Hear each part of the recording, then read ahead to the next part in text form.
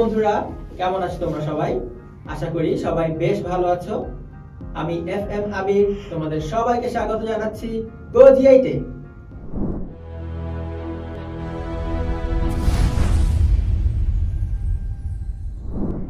বন্ধুরা, আমাদের আজকের ক্লাসে আমরা একাদশ দ্বাদশ শ্রেণীর উচ্চতর গণিত দ্বিতীয় পত্র বইয়ের সপ্তম অধ্যায় থেকে ত্রিকোণমিতিক সমীকরণের সাধারণ সমাধান নিয়ে আলোচনা করব। তাহলে চলো বন্ধুরা, আর দেরি না করে শুরু করা যাক আমাদের আজকের এপিসোডটি। বন্ধুরা, আমরা এবার এই ত্রিকোণমিতিক সমীকরণের সমাধান বের করব, অর্থাৎ আমরা ক্যালকুলেশন করে এখান থেকে থিটার মান বের করার চেষ্টা করব। এবং আমাদেরকে বলে দেওয়া হয়েছে থিটা 0 ডিগ্রি এবং 360 ডিগ্রির মধ্যে থাকতে হবে। এই ধরনের সমস্যা সমাধানের ক্ষেত্রে আমরা ত্রিকোণমিতিক সমীকরণের যে সাধারণ সমাধান সে সম্পর্কে একটু আইডিয়া পেতে চাই।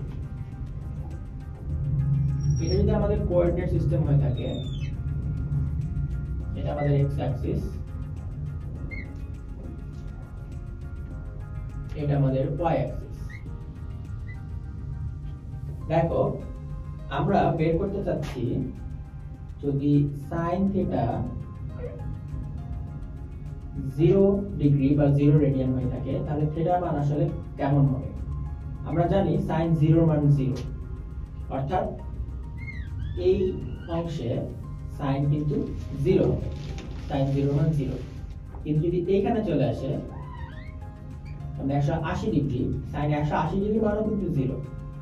আবার যদি এটা এই পর্যন্ত চলে আসে, মানে sin 2π বা 360 ডিগ্রি, তার মানও কিন্তু আলটিমেটলি 0। মানে x অ্যাক্সিসের উপরে sin এর মান কিন্তু 0। এবং আমরা কিন্তু জানি ত্রিকোণমিতিক কোণ কিন্তু 360 ডিগ্রির চেয়েও বেশি হতে পারে। তাহলে এটা ঘুরে আবার এখানে আসতে পারে, আবার এখানে আসতে পারে। তাহলে আলটিমেটলি যদি 4π হয়ে যায়, সেক্ষেত্রেও কিন্তু sin এর মান 0।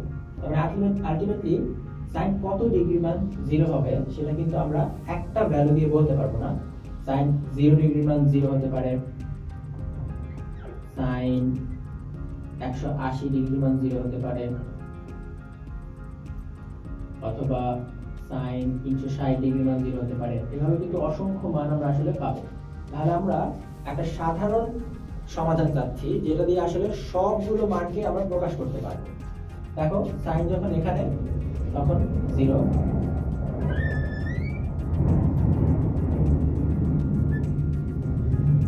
sin যখন এখানে আসবে তখনও 0, sin যখন 2π তখন 0, sin যখন 3π তখনও 0, 4π হলো 0, 5π হলো 0। তার মানে আলটিমেটলি আমরা সাধারণ সমাধানকে বলতে পারি nπ। এখানে n এর মান 0, 1, 2 এভাবে চলবে। তাহলে দেখো, 0 বসিয়ে দিলে থিটার মান 0, sin 0 এর মান 0, 1 বসিয়ে দিলে π, sin π ও 0, 2 বসিয়ে দিলে 2π তাও 0, 3 বসিয়ে দিলে 3π, sin 3π মানও 0। তার মানে থিটা ইকুয়াল টু nπ হচ্ছে আমাদের sin থিটা 0 এর জন্য এই থিটার সাধারণ সমাধান। একইভাবে tan এর জন্য কিন্তু তা সত্য। tan থিটা যদি 0 হয়, তাহলে কিন্তু আমরা বলতে পারি থিটা সমান nπ।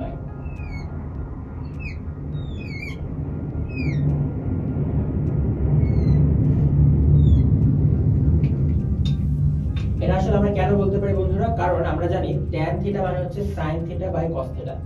sin থিটা যদি 0 হয়ে যায়, তাহলে আলটিমেটলি tan থিটাও 0 হয়ে যাবে।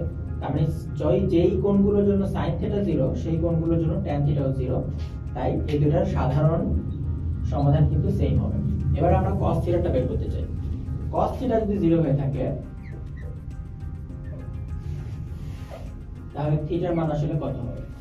আমরা জানি cos 90 ডিগ্রির মান হচ্ছে 0। তাহলে এখানে যখন cos চলে আসবে তখন 0। আবার cos 270 ডিগ্রি মানও 0। তাহলে এখানে যখন আসবে তখন cos 0 হয়ে যাবে।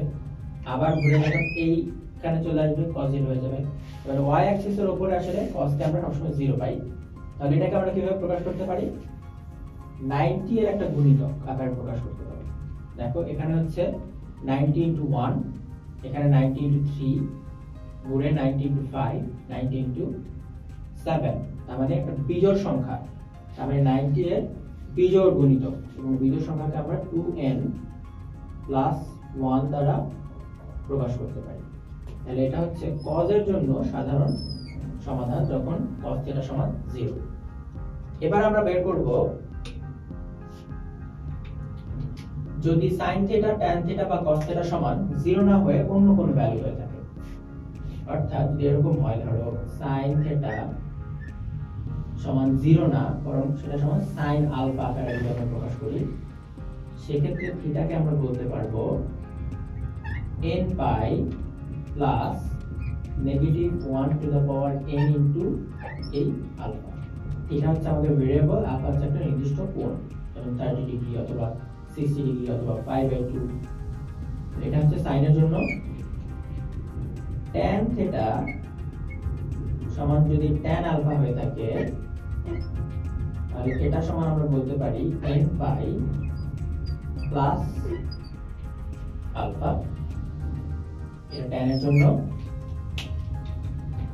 এবং cos θ সমান যদি cos আলফা হয়ে থাকে, তাহলে এটা সমান আমরা বলতে পারি 2n পাই প্লাস মাইনাস আলফা। এই সূত্রগুলো আসলে মনে রাখার কিছু সহজ নিয়ম আছে এবং সূত্রগুলো কিভাবে এসেছে সেটা আমরা বোঝার চেষ্টা করি, তাহলে আমরা সহজে মনে রাখতে পারবো। আমরা এখানে একটা অ্যাক্সিস লিখে নিলাম।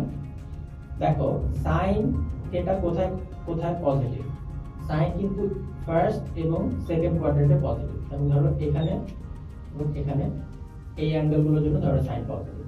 তাহলে আমরা যখন এখানে চিন্তা করছি পাই পরিমাণ আসার পরে দেখো পেছনের দিকে গেলে sin পজিটিভ, আরো একবার পাই আসার পরে এবার সামনের দিকে গেলে sin পজিটিভ, আবার এখানে চলে আসলাম পেছনের দিকে গেলে sin পজিটিভ, আবার এখানে চলে আসলাম সামনের দিকে গেলে sin পজিটিভ। তার মানে আমরা প্রত্যেকবার পাই রোটেট করছি, পাই আবার এক পাই আরো এক পাই, এজন্য আমরা লিখছি n পাই। এবং n এর মান যখন বিজোড় সংখ্যা তখন আমরা আসলে পেছনের দিকে যাচ্ছি, তাই না? n এর মান যখন 1 তখন আমরা পেছনের দিকে যাচ্ছি, n এর মান যখন 2 মানে 2 পাই তখন কিন্তু আমরা সামনের দিকে যাচ্ছি। এজন্য দেখো n এর মান যখন বিজোড় হবে তখন আলফাটা বিয়োগ করব, অর্থাৎ পেছনের দিকে যাচ্ছি। আর n এর মান যখন জোড় হবে তখন -1 কিন্তু +1 হয়ে যাবে, তার মানে আমরা আলফাটাকে যোগ করছি, তার মানে 2 পাই দেন আলফা। এজন্য আমরা সূত্রটাকে এভাবে লিখেছি। আর tan এর জন্য কেন আমরা এখানেও n পাই এখানেও n পাই, এখানে সরাসরি কেন আলফাটাকে যোগ দিয়েছি, আমরা কেন -1 টু n রাখিনি? কারণ তোমরা লক্ষ্য করবে tan কিন্তু এখানে পজিটিভ এবং থার্ড কোয়াড্রেন্টে পজিটিভ, তাই কিন্তু প্রত্যেকবার পাই এসে সামনে যাচ্ছে, আবার পাই এসে সামনে যাচ্ছে, আবার ঘুরে এসে সামনে গেলেই পজিটিভ পাচ্ছ tan, আবার পাই পরিমাণ এসে সামনে গেলেই পাচ্ছ। প্রত্যেকবার আসলে আলফাকে আমরা যোগ দিচ্ছি, সামনে যাচ্ছি। এজন্য n পাই পরিমাণ এসে আমরা আলফা পরিমাণ আরো সামনে গেলে মানে যোগ করলে আসলে tan থিটাকে পজিটিভ পাই। এবার cos থিটার লজিকটা কেমন হবে? দেখো cos থিটার লজিকটা হবে cos কোথায় কোথায় পজিটিভ, cos এখানে পজিটিভ আর এখানে পজিটিভ। তাহলে আমরা প্রত্যেকবার 2 পাই পরিমাণ করব, 2 পাই পরিমাণ এসে সামনে গেলেও cos পজিটিভ, পেছনে গেলেও cos পজিটিভ, আবার 2 পাই পরিমাণ ঘুরে সামনে গেলেও cos পজিটিভ, পেছনে গেলেও cos পজিটিভ। তাই এখানে 2 পাই ইনটু n লেখা হয়েছে। n এর মান 1 দিলে 2 পাই, 2 দিলে 4 পাই, 3 দিলে 6 পাই। দেন প্লাস মাইনাস যেটাই করি না কেন আলটিমেটলি আমরা cos এটাকে পজিটিভ পাচ্ছি।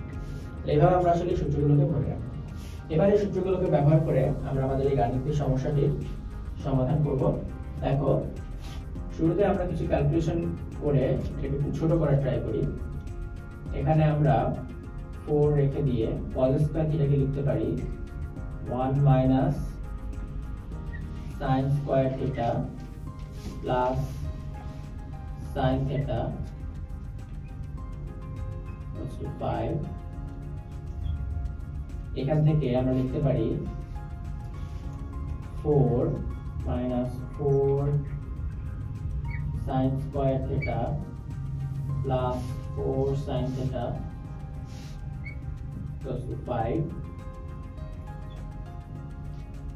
আচ্ছা 5 টাকে আমরা লেফট সাইডে নিয়ে আসলে -5 equals to 0 করে দিলাম। এবার আমরা কি করতে পারি, এবার চলো আমরা -1 দিয়ে উভয় পক্ষে গুণ করে দিই। তাহলে এখানে পেয়ে যাব +4 sin square theta এখানে পেয়ে যাব -4 sin থিটা। এখানে ছিল -4 -5 +4 মানে -1 আর -1 দিয়ে গুণ করে দিলে +1 = 0। তাহলে দেখো এই অংশটুকু হচ্ছে আমাদের চলক হিসেবে বিবেচনা করতে পারি sin থিটাকে, মানে 4x² যদি sin থিটাকে x হিসেবে বিবেচনা করি 4x² - 4x + 1 = 0, মানে একটা দ্বিঘাত সমীকরণ। তাহলে আমরা লিখতে পারি sin থিটা যেটা আমাদের চলক, সেটা সমান আমাদের সূত্র আছে চলকের মান বের করার জন্য দ্বিঘাত সমীকরণের, সেটা হচ্ছে -b মানে x এর সহগ, এখানে sin থিটা সহগ, মাইনাস মাইনাস প্লাস হয়ে যাবে, plus minus square root b square, তার মানে 4 স্কয়ার মানে 4 স্কয়ার মানে 16 মাইনাস 4ac, 4 ইনটু a হচ্ছে আমাদের 4, c হচ্ছে আমাদের 1 divided by 2 into a, a হচ্ছে আমাদের 4। এখানে দেখো 16 মাইনাস 16 0 হয়ে যাচ্ছে, আলটিমেটলি এখানে থাকছে 4 ডিভাইডেড বাই 8 মানে হাফ। তাহলে sin থিটা সমান হাফ। এখন আমরা যে কাজটি করব, আমরা sin কত ডিগ্রি মানে হাফ, অনেক কিছু মানে আসলে হাফ হতে পারে, তবে সবচেয়ে ছোট যে কোণটা আমরা জানি সেই কোণটা এখানে লিখে ফেলব। sin আমরা জানি 30 ডিগ্রি মান হাফ বা π/6 এর মান হাফ। তাহলে হাফের জায়গায় আমরা কি লিখলাম sin π/6 আর এখানে sin থিটা ছিল। তাহলে sin থিটা সমান sin আলফা, দেখো এই আকারে আমরা নিয়ে এসেছি। তাহলে আমাদের আলফার মান এখানে হচ্ছে π/6। এখন দেখো, এখন আমরা এই সূত্রটি অ্যাপ্লাই করব। তাহলে এখানে থিটার মান কত হবে? থিটার মান হবে n π plus -1 to the power n এবং আমাদের আলফা, আলফা কত? π/6। তাহলে এটা হচ্ছে আমাদের একদম সাধারণ সমাধান।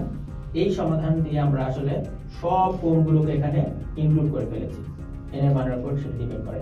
n এর মান 0 থেকে 1 2 3 হবে, স্বাভাবিক সংখ্যাগুলো হবে। কিন্তু আমাদের কিন্তু এখানে একটা রেঞ্জ দেয়া আছে, থিটার মান 0 ডিগ্রি থেকে 360 ডিগ্রির মধ্যে হবে। তাহলে এই রেঞ্জের মধ্যে কি কি মান আসলে আমরা পাই সেটা একটু বের করার চেষ্টা করি। ধরো এখানে আমরা n এর মান 0 দিলাম, n এর মান 0 দিলে থিটার মান কত আসে আমরা দেখি। n 0 হলে এই অংশটা 0 হয়ে যাবে, -1 টু দ্য পাওয়ার 0 মানে 1 মাইনাস π/6, π/6 মানে 30 ডিগ্রি। এখানে ডিগ্রিতে ছিল তাই আমরা ডিগ্রিতে লিখছি 30 ডিগ্রি। আর কোন মান আসে কিনা দেখি। এবার n এর মান আমরা 1 দেই, n এর মান 1 দিলে দেখো এখানে আসবে π, এখানে -1 টু দ্য পাওয়ার 1 মানে মাইনাস π/6। তাহলে π মাইনাস π/6, π হচ্ছে 180 ডিগ্রি মাইনাস π/6 মানে -30 মানে 150 ডিগ্রি। থিটার মান হচ্ছে 150 ডিগ্রি। আর একটা মান আমরা এই রেঞ্জের মধ্যে পেলাম। এবার আমরা n এর মান -1 যদি বসাই তাহলে এখানে আসবে -π, এখানে -π/6, তার মানে আলটিমেটলি মাইনাস হয়ে যাবে, ও -1 কিন্তু এখানে নেই। n এর মান যদি আমরা 2 বসাই তাহলে এখানে আসবে কত? 2 বসালে এখানে আসবে 2π, এটা হয়ে যাবে প্লাস 2π প্লাস π/6 মানে 360 ডিগ্রিতে বড় হয়ে যাচ্ছে। তারপরে আলটিমেটলি আর কোনো মান আসবে না। আমাদের আলটিমেটলি কাঙ্ক্ষিত অ্যানসার দুটি এই রেঞ্জের মধ্যে, সেটা হচ্ছে 30 ডিগ্রি এবং 150 ডিগ্রি। বন্ধুরা, আশা করি কিভাবে ত্রিকোণমিতিক সমীকরণের সাধারণ সমাধান বের করতে হয় এবং কোন রেঞ্জের মধ্যে সেই সমাধানগুলো থেকে কাঙ্ক্ষিত সমাধান বের করতে হয় সে সম্পর্কে তোমরা খুব ভালোভাবে বুঝতে পেরেছো। বন্ধুরা, আশা করি আমাদের আজকের এপিসোডটি তোমরা খুব ভালোভাবে বুঝতে পেরেছো। পরবর্তী এপিসোডে নতুন কিছু নিয়ে তোমাদের সামনে হাজির হব। সে পর্যন্ত ভালো থেকো, সুস্থ থেকো এবং অবশ্যই GoG8 এর সাথে থেকো।